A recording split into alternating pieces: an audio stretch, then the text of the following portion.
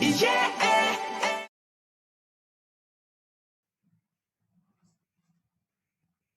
Hello, my name is Claudia Cominotti. Welcome to this new YES webinar. I'm going to be today's moderator, and Shamile Lopez will be doing the technical support. Today's talk is about neuropsychology in epilepsy surgery, which learning objectives are: describe the importance of early surgical intervention regarding neurodevelopmental, cognitive, behavioral, and social integrations aspects, recommend and interpret results of neuropsychological testing, taking into account identify situations which requires rehabilitations following surgery. It's an honor to me to introduce you Dr. Sallie Baxendale, who has worked on the epilepsy surgery program at the Radcliffe Infirmary, Oxford, and the National Hospital for Neurology and Neurosurgery, London, since qualified as clinical psychologist in 1992. She's currently the consultant neuropsychologist on the epilepsy surgery programs at the National Hospital for Neurology, Queen Square, and has over 113 academic publications in epilepsy. Her research range for studies of the neural subsets of cognitive deficits in seizure disorders to look at ways in which the epilepsy is represented in the media and how the stigma associated with the condition can be reduced. She served on the editorial board of 5 journals: Epilepsy Open, Epilepsy and Behavior Case Report, Neuropsychology Review, and Epilepsy Professional, and was selected to serve on the committee of UK ILAE chapter in 2014. She chairs the ALID Diagnostic Commission Neuropsychology Task Force and is the course director for the biannual ILAE Neuropsychology of Epilepsy training course. She is a long-standing faculty member of the European Project of the Development of Epilepsy Surgery Programs and coordinates the neuropsychological input for this course. She regularly lectures in the UK and abroad and has been invited to speak in over 20 countries on neuropsychological aspects of epilepsy. In 2018, she was awarded the Arthur Benton Award on the International Neuropsychological Society in recognition for her outstanding contribution to the field of neuropsychology. Welcome, Dr. Sallie Baxendale. It's a pleasure to have you today. Thank you very much indeed, Claudia, and thank you to the Young Epilepsy section for inviting me to contribute and to be a part of these sessions. It's a real honour to be asked to take part, and it's a real pleasure to be with you this Saturday evening. And thank you to all of you who've tuned in on a Saturday, giving up your time to learn about neuropsychology. It's really good to see that this is on the agenda. So as Claudia said, I'm a neuropsychologist. I currently work in London on the epilepsy surgery program. And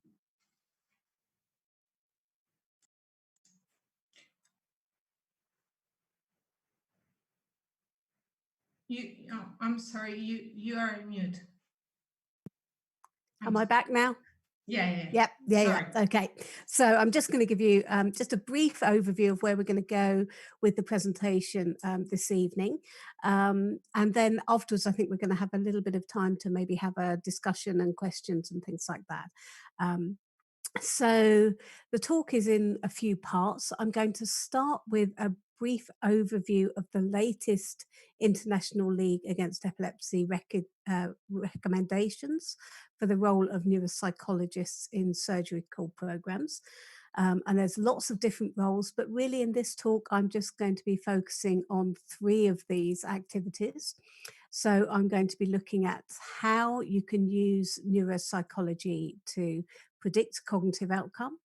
I'm going to be looking at how we can prepare people for surgery using those predictions to make sure that they're giving informed consent for surgery, and also how we can use those predictions to really make sure that they're prepared cognitively for any deficits that may occur. And then I'm going to finish off just talking about how we can use neuropsychology to identify high-risk patients when it comes to epilepsy surgery, because there are some patients where epilepsy surgery really has a high risk to going ahead, and it's important that patients understand these risks when it comes to cognitive function.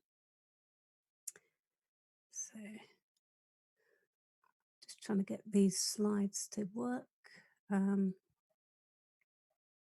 Okay. So these are the guidelines that have been published just recently, just came out last year. You'll see two versions of the guidelines. The full guidelines are published in epileptic disorders.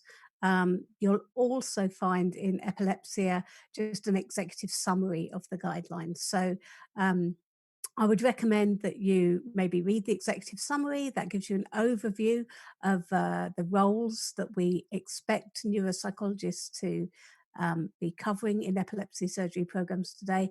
But really, if you want to look at your service and look to see how your neuropsychologists are working, go to the commission report. It's available on the ILAE website free of charge. You can just go and look at that, download that, and that will really cover in much more detail than I'm able to today all of the roles that neuropsychologists should be doing on your epilepsy surgery program. So do have a look at those papers.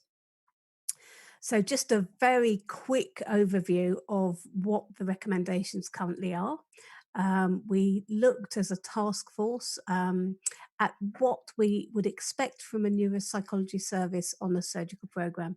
And in terms of pre-surgical assessment, we thought that the results from a neuropsychology assessment would be useful to establish a baseline against which change can be measured following surgery.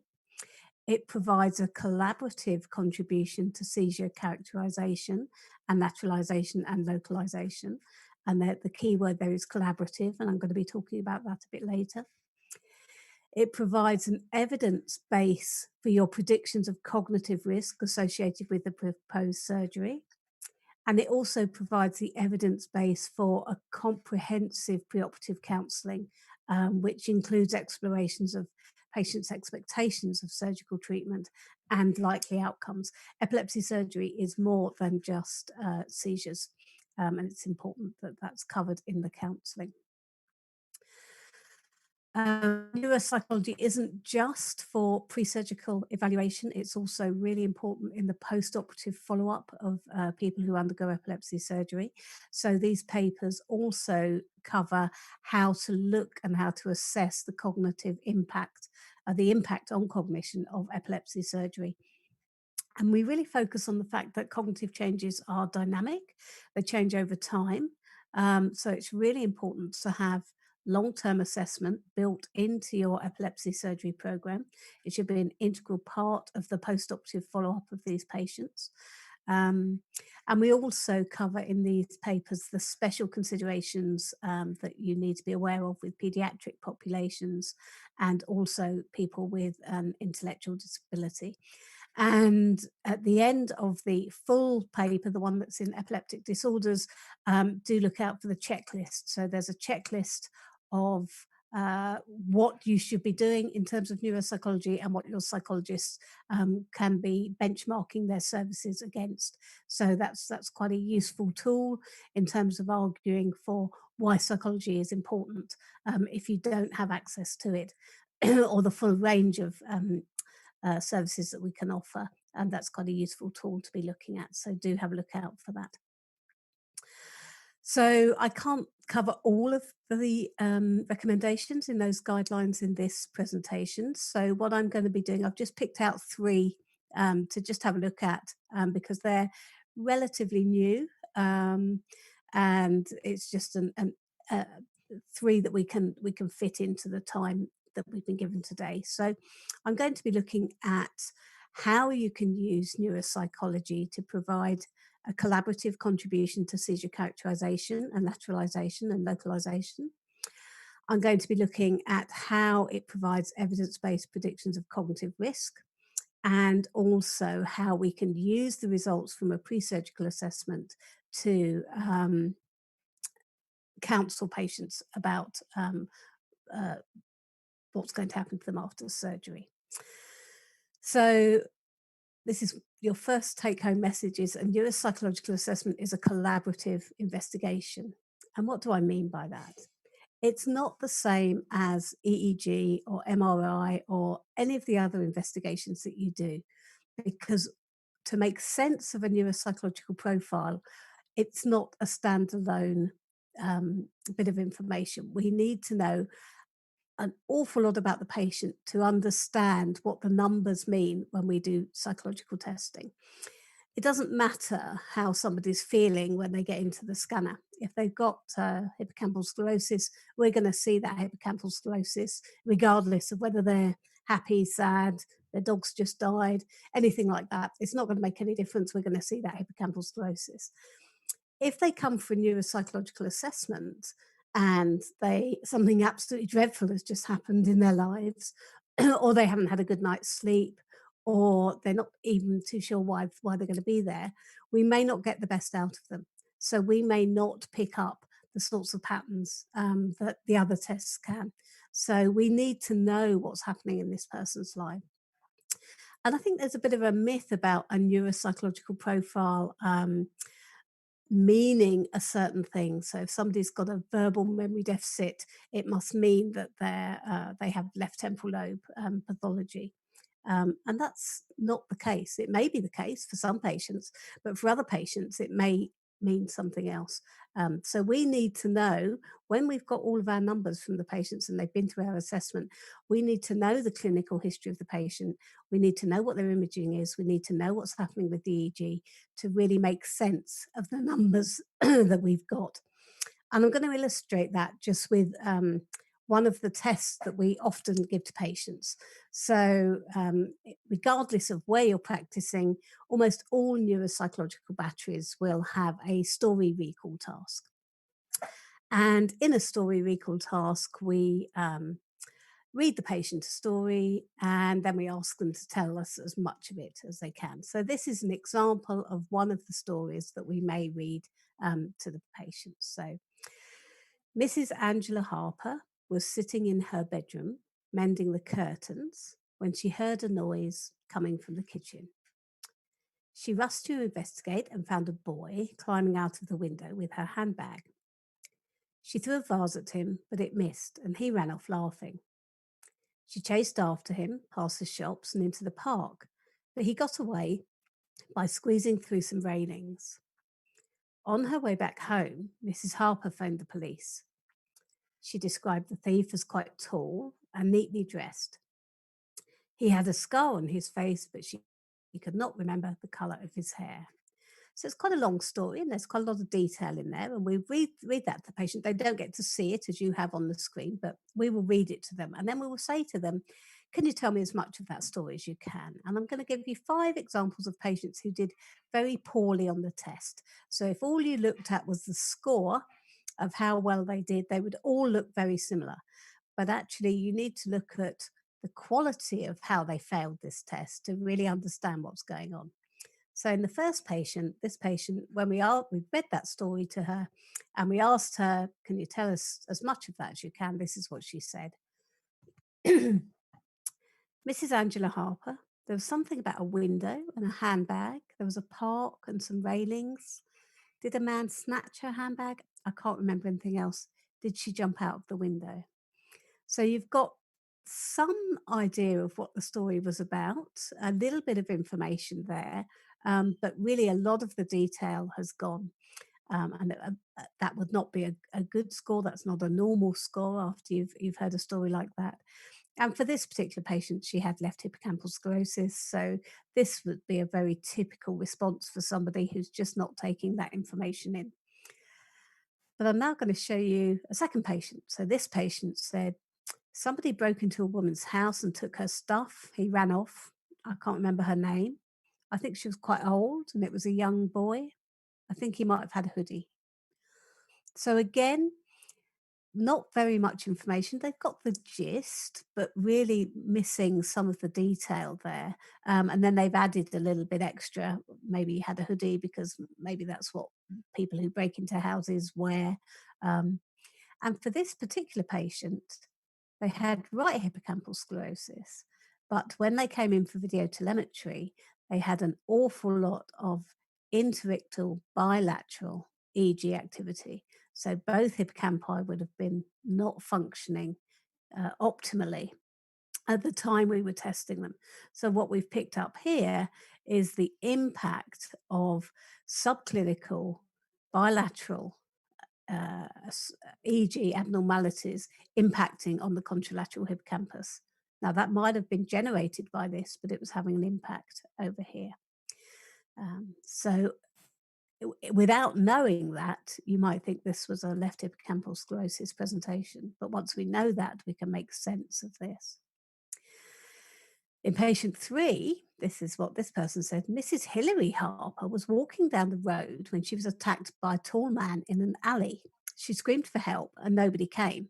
It happened in South London and she went to hospital to have some stitches. And then she just carried on and on and on, telling me more and more about this story, none of which was in the actual story. So lots and lots and lots of confabulation, lots of detail, none of which was in the original story. So for this particular patient, this one, she had frontal difficulties. She'd actually had a frontal traumatic brain injury and was confabulating all the time. And that was very consistent with what her family was saying. So again, if you just scored this up, the number of things that this lady remembered, it'd be a very poor score. But the quality of her response tells you much more about where the memory process is breaking up. And this is not the sort of picture that you see in somebody who's got temporal lobe memory problems. Patient 4, a patient was in her house and somebody stole her bag. And then they just stopped. And I said, anything else you can remember at all? No, I can't remember. So looks like incredibly impoverished recall. But actually this person was really, really depressed and wasn't engaging at all in pretty much anything. And it was almost very, very difficult to get them to really focus on the tests. So again, if you just looked at the score, you wouldn't know that. You have to look at why this person is not doing well. And it was very obvious just being in the room with this person that they were very, very down. And we were not getting an accurate reflection of their optimal level of function. And then this is patient number 5. Mrs. Somebody was in the bedroom and she was woken up by a burglar breaking the window, stealing her vase, and she chased him away to the place where the police people are. And then the person stopped and they were finding their word finding difficulties so frustrating, they didn't want to give me any more information. And for this particular patient, it was a medication effect. So they were on a medication. You might recognize this if you know your chemistry. They were on a particular medication that really can affect fluency, verbal fluency, and that's what this was reflecting. So again, if we hadn't have known that, it would have been difficult to interpret that. And you might think, oh, there's some dominant temporal lobe dysfunction, but it wasn't. And in fact, once this medication was withdrawn, they were doing much better right across the board on the memory tests. So your take-home message from this is that standalone cognitive test scores are unhelpful. They're not the same as a scan result. They're not the same as an EEG. They need to be interpreted really carefully as to what was going on in the patient's life and in terms of the whole clinical history of the patient. That will tell you what's happening with the neuropsychology. So there are so many factors that can influence how somebody does when they come for neuropsychological assessment. So some of the factors are fixed. So there's the nature of the underlying pathology. We can't change that. That's going to be there. And the developmental timescale of that pathology. So did it happen in the womb? Is it a developmental thing or is it a later acquired pathology? Because that will have an impact on reorganization and plasticity. Where's that pathology? Where's the laterality of it? Where's the locality of it within the hemisphere? Is it temporal? Is it frontal? Is it somewhere else? The age of onset, we often talk about the age of onset of seizures, but as psychologists, we're also interested in the age of onset of the pathology, because it's when that pathology was there that will have an impact on how the cognitive functions developed around it. So we're interested in the age of onset of the pathology and also the age of onset of seizures, because that has an impact on educational opportunities. and also just general capacity. And there are some sex effects as well on neuropsychological test performance. There's also remedial factors, so things that change, and you might get somebody on a good day or a bad day, and these factors can have a significant impact on somebody's performance, but they're not always there. So medication, that can have a significant impact. If there are interictal or subclinical EEG abnormalities, that can have a really significant impact on somebody's performance. How well somebody's seizures are controlled and when they last had the seizure is really important to look at in terms of cognitive assessment. What's their mood? Are they really anxious? Are they really low in mood? That will have an impact. Um, and also, what was their quality of sleep like just before you saw them? You know, did they have a good night's sleep or have they been sleep deprived? Because that will have an impact. So those things we can do something about and we can optimize before we actually see the patient. And then right at the bottom here, we've got course of the disease. So there are things over the course of somebody's life span that will actually have an impact on their cognitive function. So if they've got a history of status epilepticus, you will have a stepwise decline over time. A history of generalized seizures or a history of head injuries can also have that stepwise impact on a decline in function. So these are all of the factors that when we do a neuropsychological assessment, we need to be aware of to make sure that we're not attributing the deficit that we've picked up to pathology or something that just isn't there. So the aim of a pre-surgical assessment when we're looking at the role of neuropsychology on a surgical program is really to create a profile of function so we know what somebody's strengths and weaknesses are, and we have some hypotheses as to what's causing difficulties in each cognitive domain that we've assessed. So some of it we may attribute to pathology, other we might think it's been exacerbated by mood and anxiety, and we might also think, well, and on top of that, there's a medication effect. So it's not a clear-cut thing that this means that this bit of the brain isn't working properly. It's much more nuanced than that. So once we've got our pre-surgical assessment and we're happy with the scores and we think they're a reasonable reflection of somebody's optimal level of function, what can we do with that data? Well, we can use it to try and predict what will happen to somebody's cognition after surgery. I'm going to be talking a lot now about temporal lobe surgery, just because that's where most of the research has been done. But these principles also apply to any epilepsy surgery. But you will hear me just talking about temporal because that's what most of the research has been done so far to date. So when we look at what surgery is going to do to somebody's cognition, we're really looking at a very simple equation. It's essentially a function of what you're taking away, how good is that bit of the brain that you're taking away, what's it contributing, because they're going to lose that, and how much and what kind of reserve does the rest of the brain have to cope with that loss. So that's the conceptual equation that you're looking at when you're looking at, okay, what's surgery going to do to somebody's cognition. So if we're looking at that as a concept, there are all sorts of proxy measures for the variables in that equation. So we've got proxy measures of the adequacy of the material that's going to be taken away, and we've got proxy measures for the reserve of the rest of the brain to cope with that loss.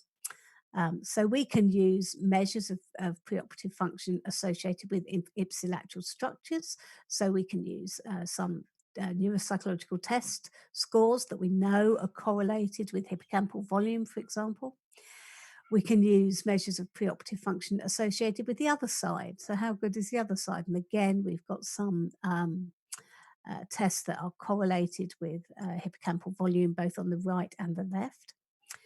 We can look at the overall intellectual reserve of somebody in terms of IQ, working memory or processing speed. These tell us something about the overall health of the brain, the overall reserve, intellectual reserve of somebody's brain.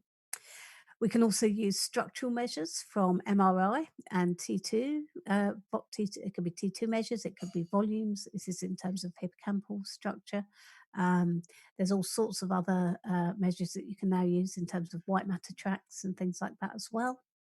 And we can also use clinical variables. So we can look at age and age of onset and gender as well, and see whether that makes a difference to somebody's post-operative outcome. So if you have pre and post-operative data, these kinds of measures on a large enough sample, you can use it to build predictive models of outcomes. So you can use logistic regression to predict which variables were associated with who had a post-operative decline and who didn't. And these models, once you've created them, don't only identify the red flag variables, the variables that are associated with a significant risk of decline. They can also be used to calculate the individual risk for prospective surgical cases that are coming up based on their characteristics. So if you've got a big database and you've created your model, so you've got pre and post-operative outcome, and you know which variables predicted a poor outcome, you can then use that equation with your new patient and say, okay, well, you're this age and you've got this pathology and this is how you're functioning now. Based on everybody who's gone before, it looks like you've got this chance of a post-operative deterioration in function. That's what we did in our service a fair few years ago now, and we just put the equation behind a user-friendly interface. So we can put in the data for our prospective patients. So this is based on all of the patients that have gone through the surgery program so far. We put in for a new patient their MRI data, whether or not they're going to have a right or left operation. And then we select a type of cognition. So in this particular example, we're looking at verbal learning. So we're interested in what's going to happen to their verbal learning after surgery. And we select how they're doing pre-surgically. So we've got some idea of what they've got to lose, in which kind of percentile bracket they fall in prior to surgery. And then we press a button and it runs the program just runs the equation. And for this particular patient, they've got a very high probability of a post-operative decline in verbal learning. And one of the reasons that this has a very high chance is because I kind of manipulated the data for this particular presentation just so that you could get an idea of what the risk factors were, because it will tell you not only the chances of a probability of a post-operative decline, but also why. So this particular patient, the way that I rigged it was that they were older at the time of surgery. They had a lot to lose. They were having a left-sided operation, so a dominant temporal lobe resection. They had a late onset of epilepsy, and they also had cortical dysplasia. So you're unlikely to have a patient with all of those factors, and that's why that's so high. But that's just it to illustrate the point. So once we've got these predictions, we could just say to the patients, there you go, you've got a 97% chance of a post-operative decline in memory. Think about that and go away and talk to us.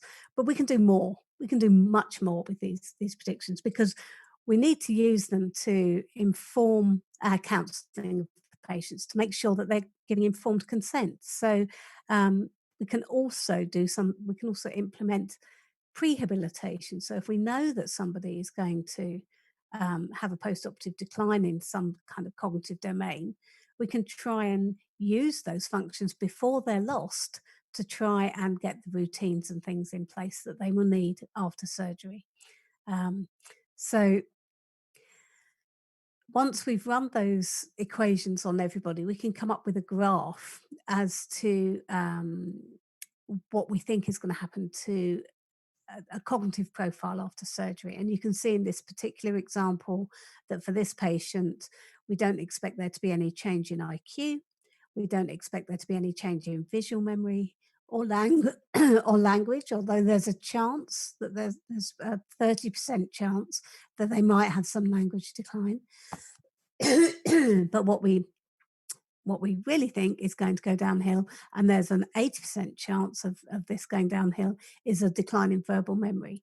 So if you can show the patient that kind of pattern and say, this is what we think is going to happen based on everybody that's gone before, if you did have that decline in verbal memory, how might it impact on your life? What sort of areas might change? And once you've got that kind of map of what might change if their verbal memory went down, you can start to use that to say, okay, well, let's start using some of the strategies that you will have to be using afterwards. Once you've had that decline, let's get them in place now. Let's get you used to them. Let's get you used to using the apps and the whiteboards and all the things that you use for that kind of thing, to make sure that you're in the best position post-operatively to cope with that. So that's what we mean by prehabilitation. So you're using the functions before they're lost. You've got a good idea that they're going to go, and you're using them before they're lost so that they can develop all of the strategies that they will need to cope with that loss after surgery. And in that way, they're a fairly unique population. Most of our neurological rehabilitation patients, we don't get them before the deficit. We get them after the stroke or the head injury. For these patients, we get them beforehand. So they're unique in that setting. And we can identify those who are most at risk post-operatively with these models. And we can really individualize the input because we know we've got a very good idea what will still be working after surgery and what won't be. And we can use that to really come up with a model of strategies and all sorts of things that they can use that will try and minimize the impact, the nuisance of any cognitive problems after surgery. So I'm just going to finish off the last 10 minutes or so just talking about how we can use neuropsychology to help patients in the surgical decision-making process. So epilepsy surgery is an elective procedure. So it's not just, oh, I've got a 60% chance of being seizure-free, I'm going to go for that. Patients have to weigh up an awful lot of information. And as clinicians, it's really important that we give them accurate information in each one of these domains. So on the positive side, patients are looking at the chances of being seizure-free. And they're also often told, well, you may not be completely seizure-free, but there's also this additional percentage of a significant improvement in seizures. So seizures may not go completely. And a typical example, maybe in somebody with hippocampal sclerosis, would be they've got a 60-70% chance of being seizure-free after surgery, and maybe an additional 10 to 15% chance of a very significant reduction in seizures. So that's on the positive side. And then on the negative side, it's neurosurgery. So there's always a chance of death. It's small, but somebody's, it's a serious operation. Somebody's going into your head. And it's a serious thing to undertake. There's a chance that seizures could get worse. There's a chance of something going wrong and you could end up with a neurological deficit. There's also a chance of psychiatric illness, and that could be new or an exacerbation of an existing condition. And there's a chance of a cognitive deficit. So all of these things are on the negative side. Now, patients tend to completely dismiss this because they think it's unlikely to happen and they're just going to focus on this. And what's even more significant is the thing that tips the balance when it comes to surgery for many patients is the weight that they have of expectation of being seizure-free. So all the things that they think will happen if they are seizure-free, and those will outweigh all of these things on the right of the scale. So when we're discussing with a patient the benefits of epilepsy surgery, it's really important that we give them a realistic idea. So the chances of being seizure-free, this is often as 60 to 70% in a straightforward case. But we need to be very clear over what time frame that is, because for most of that data is based on a 1-year post-operative follow-up. And if we look at some of the long-term studies that are now being published of patients who underwent surgery 10 years ago, less than 50% of patients are seizure-free at 10 years after surgery. So Many patients are not aware of this, but even if you're in a good group, the chances of you being seizure-free in 10 years after surgery are less than 50%. It's really important that we give them that longitudinal perspective. We also talk about chances of a significant reduction in seizures. And these chances are very, very high often, but we need to talk to patients about how that might transfer to quality of life. So if you're having 4 seizures a week and you go down to having 1 seizure a year, it's a very significant reduction in seizures, and it will probably have a significant impact on your life. But you will still have the unpredictability of seizures. You don't know when they're going to happen. You'll still have the stigma of living with epilepsy, and you still won't be able to drive. And for some people, they really kind of lose all hope because it's the last sort of treatment that they pin their hopes on. So we need to just be very realistic about what a significant reduction in seizures can do, but also what it can't do. And we need to look at expectations of seizure freedom. Often they're very unrealistic. Epilepsy surgery doesn't undo a lifetime of living with epilepsy and all that has conferred on somebody's opportunities in life. So at best, surgery only stops seizures. It doesn't make you prettier. It won't get you a boyfriend. It's not going to get you a job. All of the things that people may pin onto if I didn't have epilepsy, it's not going to happen with surgery. All surgery will do is take away the seizures.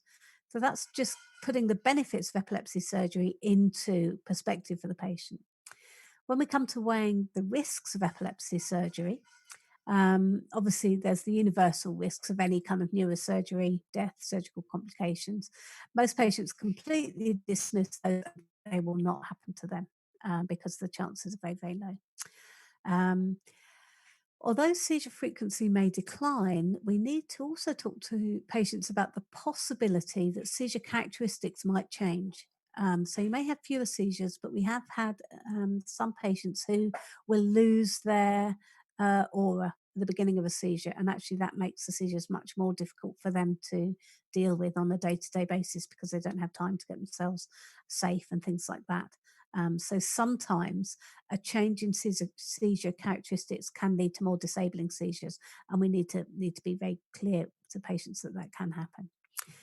Psychiatric complications can be an exacerbation of a pre-existing vulnerability, or it can be a brand new presentation, and that can really throw some patients if they're not expecting that. And then we come to the cognitive loss. And I think one of the things about cognitive loss is it's in a different class of risk to all of the other things that we've been talking about. Because all of the other things that we've been talking about is either something going wrong or something that we're not expecting to happen. It might happen and patients need to be aware of it, but we're not really expecting it. When it comes to cognitive loss, for a lot of patients, probably about a third of them, we are expecting it. We know that they're at risk and we can identify that. So it's not so much a risk of surgery, it's more the cost of surgery. And that's certainly when I'm talking to patients how I will talk about cognitive loss, that the chances of cognitive loss, if I think they're at high risk, it's the cost. It's an expected consequence of taking that bit of the brain out. It's not something going wrong. It's not a risk. It's a consequence. So I think when we come to talk to patients about what's going to happen to surgery, obviously we talk to them about the benefits and we talk to them about the risks.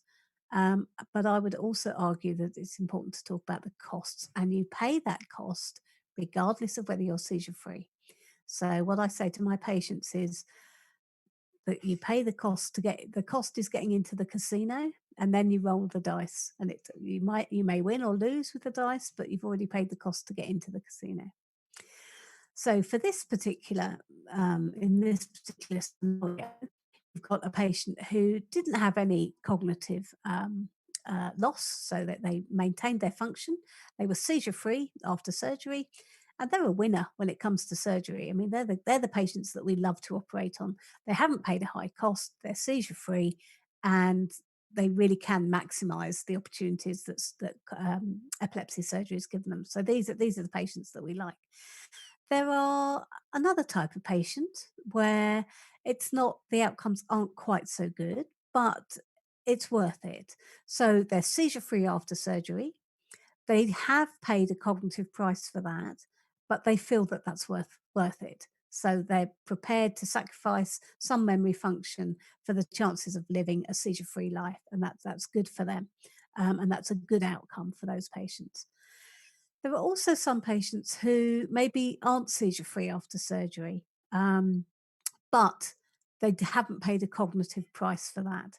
Um, so they haven't lost anything by going for surgery. They're not seizure free, but they feel that it was worth the risk, and they haven't paid a high cognitive cost. So for these patients, again, surgery looks like it's a good option for them. But then there are these patients, they're not seizure free and lost surgery, and they've had a double loss.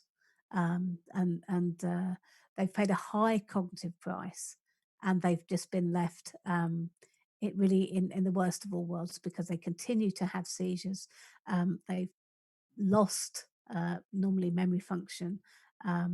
And they don't have any other options in terms of surgery. So these are the patients where we need to be thinking about, should we be operating on these, because they're paying a high price for not being seizure free. Um, so we need to work out who are the patients who are not going to make it across. So many of the patients, it's worth taking the risk, but every now and then there'll be somebody who doesn't make it. And these are the ones that we really want to identify beforehand. One, because surgery may not be the best option for them. And two, if they are going to go ahead for surgery, it's really important that they understand the risks and benefits and costs of going ahead. So we had a look at some of our patients who'd gone through surgery. We had 474 patients, roughly evenly distributed between the rights and the lefts. They were young adults, mean age of 33, onset of seizures, mean age 12 years. And we looked at verbal learning and visual learning.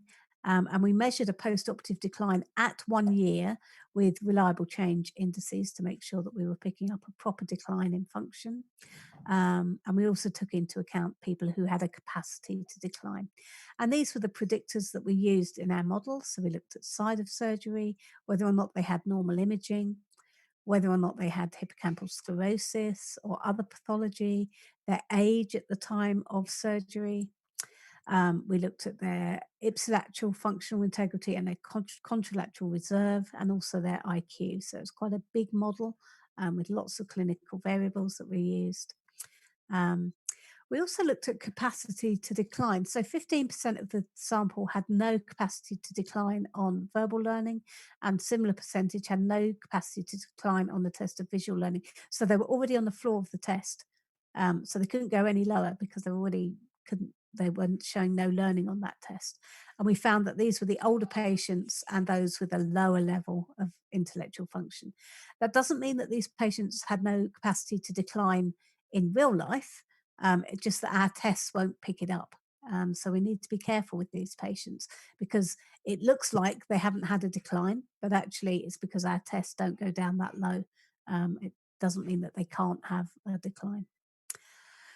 So in the group as a whole, we found that 24% demonstrated a significant decline in verbal learning, and 18% had a significant decline in visual learning. And this is how they sort of fell in terms of being seizure free. So the winners and losers are kind of spread out across this graph. And we're really interested in these ones down here, the ones that in the bottom quadrant. So the ones that had a memory decline and were not seizure free. And that was 12% of our sample. And of those, 3.7% of that actually experienced a decline in verbal learning and visual learning and were not seizure free. So they really, really did lose out when it came to surgery. But we need to be thinking about this 12% and need to be thinking about, should we be operating on them, because they're paying a high cognitive cost for a suboptimal outcome.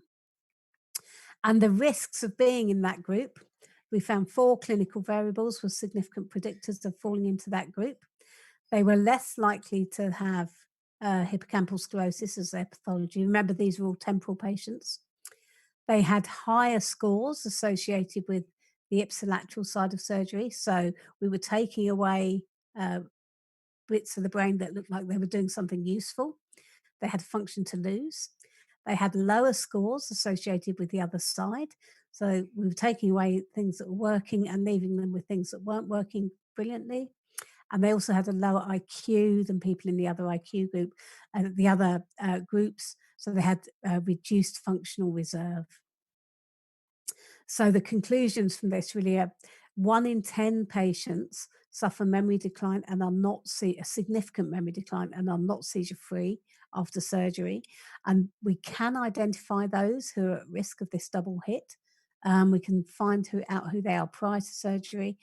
And when we're talking to these patients, the counselling should reflect the risk-benefit ratio that they are looking at is different to other patients. So your take-home message is really for the whole talk. The role of neuropsychological assessment in epilepsy has really significantly evolved in the 21st century.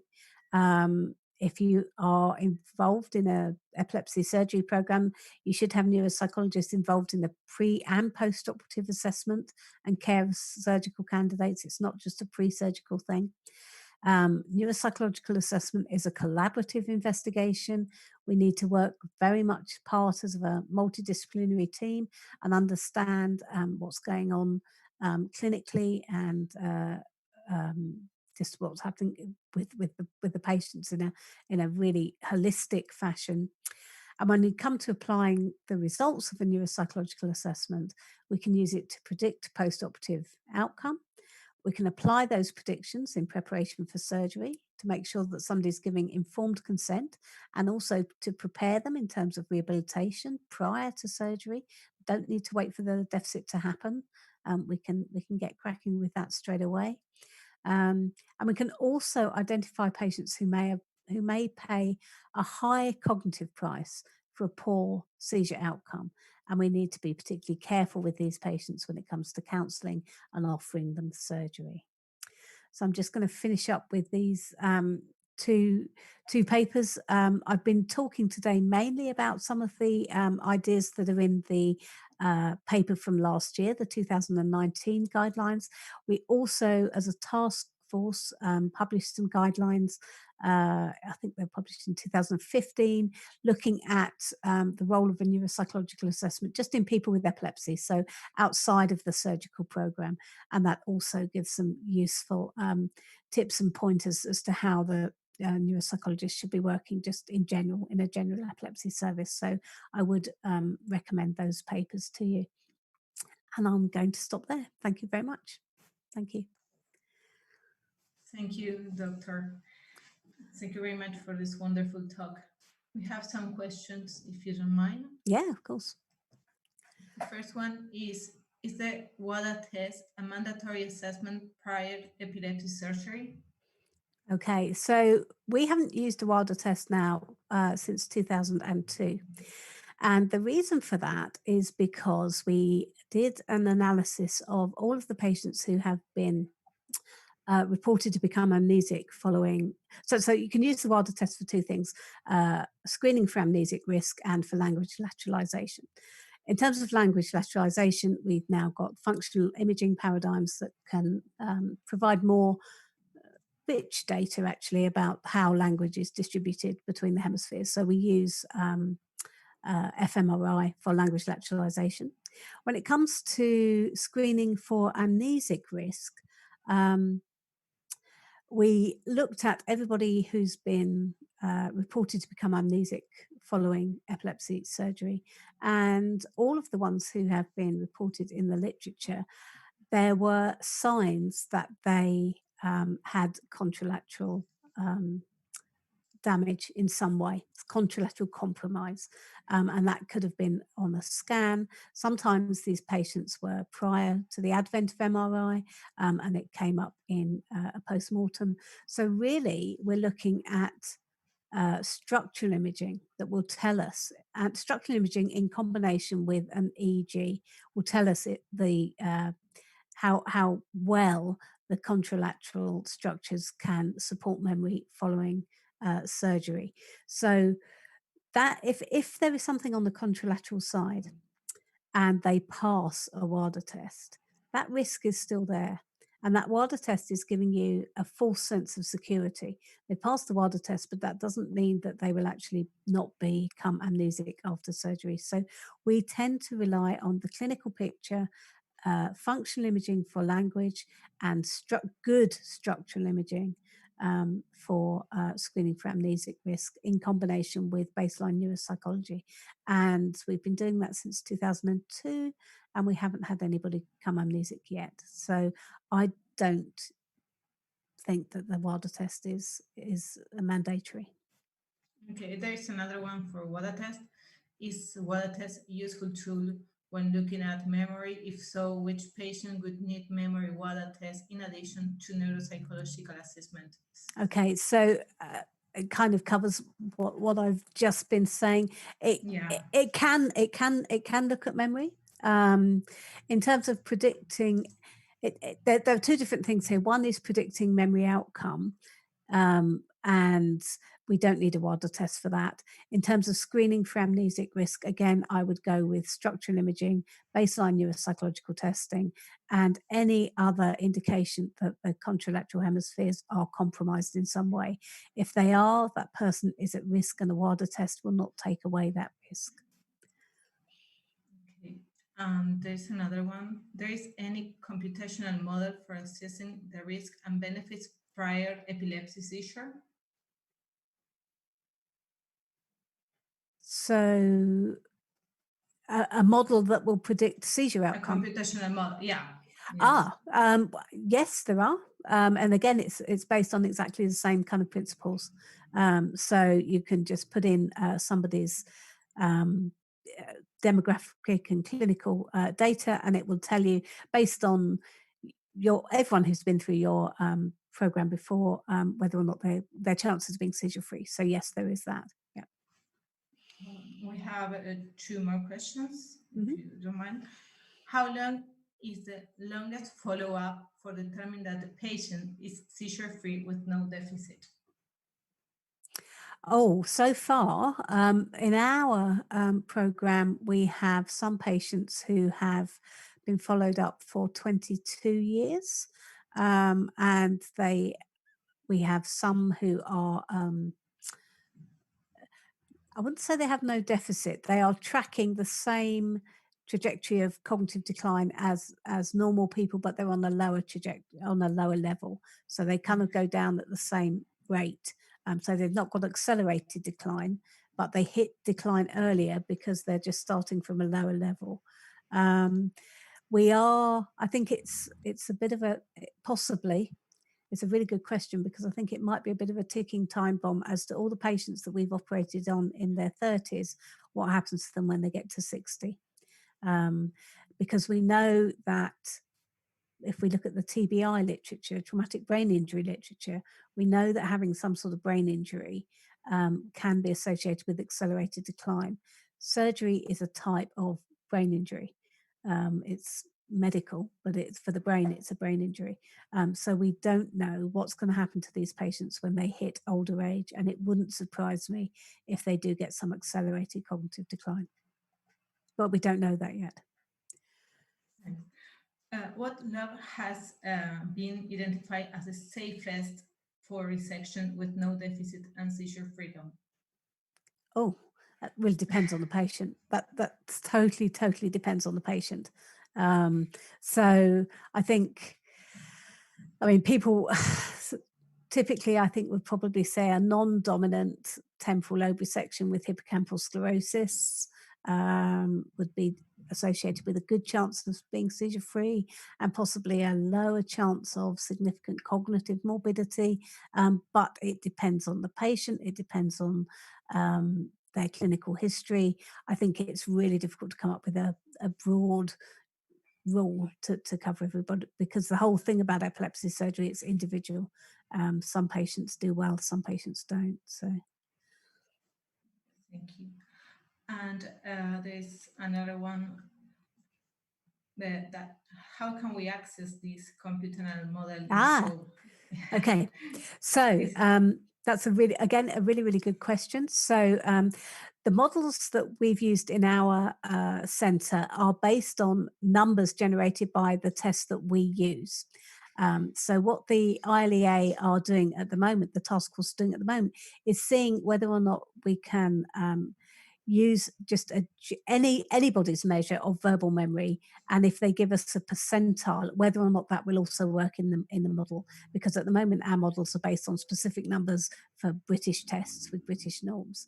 So hopefully by the end of this year we will have a working model up on the ILAE website where you'll be able to put your data in and get the results. But we're still working out whether or not all verbal memory tests come up with the same kind of predictive power. So that's something we're working on right now, and hopefully it will be up on the ILAE website soon. Good question. And does it work in every patient, or there are some pathologies that so at the moment, these kind of models will only work with standardized resections, because you have to keep something constant. And for this particular model, it's a standardized temporal lobe resection. So it works with that. It's much harder with frontal lobe resections, which can be so different for each patient. It's really difficult to model that. So at the moment, it's just temporal lobe. Okay, thanks. Yeah. And there's another one. Is the running down phenomena after seizure more common in older patients? So you broke up a bit there. Can you repeat the question? If there is is the running down phenomena after seizure more common in older patients? I don't know enough about that to answer that. Yeah, I don't know. Okay.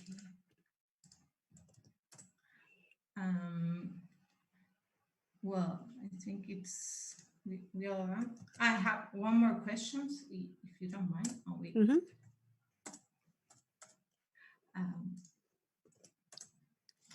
In pediatric population, how frequent is the cognitive assessment postoperative in your program?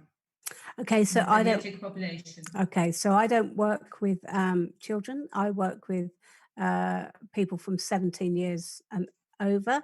But if you look at the ILAE guidelines, they do have the guidelines for pediatric populations, and it's even more important with children to ensure that they are properly assessed prior to surgery and that they are followed up post-operatively. So have a look at the paper, and that will talk about that. Okay, great. There's another one of pediatric that would you please tell us about the minimum age for performing a reliable neuropsychology test? Oh, that's a really good question. So again, I don't work with children, but when I speak to my pediatric colleagues, a lot of the assessment in children is less to do with formal psychological tests and really looking at developmental milestones and talking to the parents and questionnaire data and just creating a developmental picture of where the child is on their trajectory. So right from the very beginning, we can have certainly some developmental data on the children, but in terms of actually testing them, it's a bit tricky, particularly as many of the very young children who come for epilepsy surgery are quite disabled, just intellectually disabled. So, but there's still, even if you can't physically test a child, there's lots of developmental data that you can collect. Okay, well, thank you so much. Okay. It's been the last question. Thank you so much for your amazing Thank you. talk. Thank you very much. Thank you. Bye-bye. Bye-bye. Thank you. Please remind to fill today's evaluation. Thanks for joining us. Goodbye.